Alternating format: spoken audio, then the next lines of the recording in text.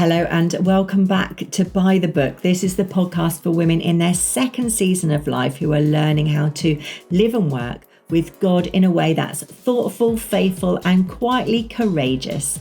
I'm Johanne Hewlett, and this is a space for women who are no longer interested in noise for its own sake, but in wisdom that can actually be lived. In the last episode, we talked about discerning God's voice in a loud world and how creating space often matters more than trying harder. Today, I want to stay with discernment, but approach it from a slightly different angle because for many women, the struggle is, it's not silence, but saturation. There comes a point where the issue is no longer whether guidance is available, but whether too many voices have been allowed to shape the decision-making process. Advice is abundant, opinions are accessible, and expertise is everywhere. And yet peace often feels increasingly elusive. This episode is about recognizing when the pursuit of wisdom has quietly tipped into dependence on external input and how God invites us back into a deeper, steadier trust in His leading. Advice in itself is not the problem.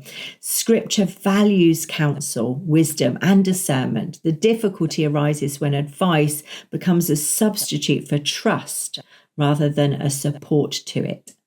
Many women in midlife, we're not lacking information. We're deeply informed. We have read the books. We've listened to the podcasts. We've sought guidance and prayed for confirmation and weighed opinions carefully.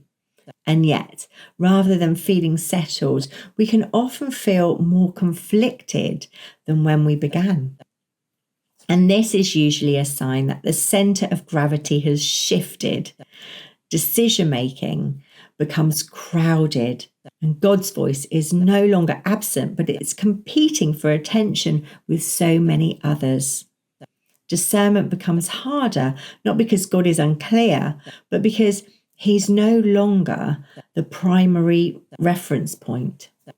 Now, experience teaches us caution, and responsibility trains us to consult widely. Past mistakes encourage us to double check ourselves. All of this can look like wisdom, and often it is, but it can also erode confidence in God's direct leading. For women who have carried families, businesses, ministries, or long seasons of responsibility, the desire to get it right becomes heavy. Seeking advice begins to feel safer than trusting what God has already impressed upon the heart.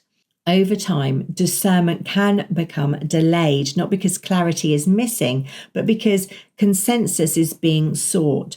God's peace is present, but overridden by the need for reassurance. Scripture does not suggest that God waits for agreement before He leads. His guidance is relational, not democratic. Jesus speaks of His sheep knowing His voice, not because it's endorsed by others, but because it's recognized through relationship. Discernment is not strengthened by volume. It's strengthened by familiarity. This does not mean we isolate ourselves or reject wisdom, but it does mean we remain clear about who holds the authority. Advice may inform, but it doesn't replace attentiveness to God's peace. There is a difference between seeking counsel and outsourcing trust. When too many voices are invited into the decision, responsibility becomes diluted and discernment, it loses its center. God's voice does not compete. He waits to be prioritized. One practical place to begin this week is by noticing how many voices you're currently allowing to influence a single decision. You may find that what began as wisdom seeking has become overwhelming, leaving you unsure which direction is truly yours to take with God.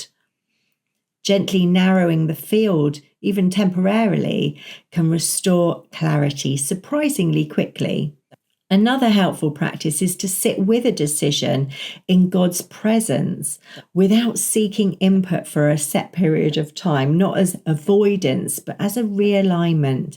Allow God's peace, or lack of it, to surface without interruption. Very often, what we already know becomes clearer when it is no longer competing with opinion.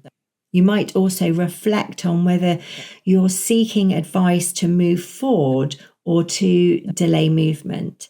This is not about self-criticism, but honesty. Trust grows when we acknowledge where reassurance has begun to replace obedience.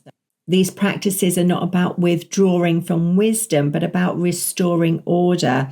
God leads best when he is listened to first.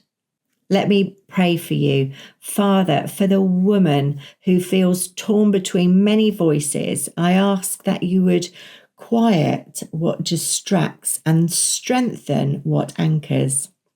Restore her confidence in recognizing your leading, Lord.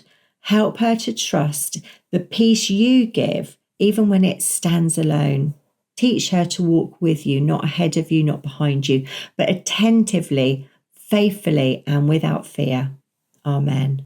If this episode has resonated with you, particularly if you're in a season of discerning, simplifying, or learning to trust God more deeply, I want you to know that you don't have to do this all alone. My work, it extends beyond this podcast into mentoring, courses, and other resources. They're designed specifically for women in their second season, women like you who want depth rather than noise, clarity rather than confusion, and faith that holds up under real life. You can learn more at johewlettauthor.com, where you can also purchase my book, Buy the Book. If this episode has been helpful, I encourage you, please, to share it with another woman who may be carrying the same sense of overload or uncertainty. And if you're able to, please consider leaving a review. It's the only way I know that you've enjoyed the show.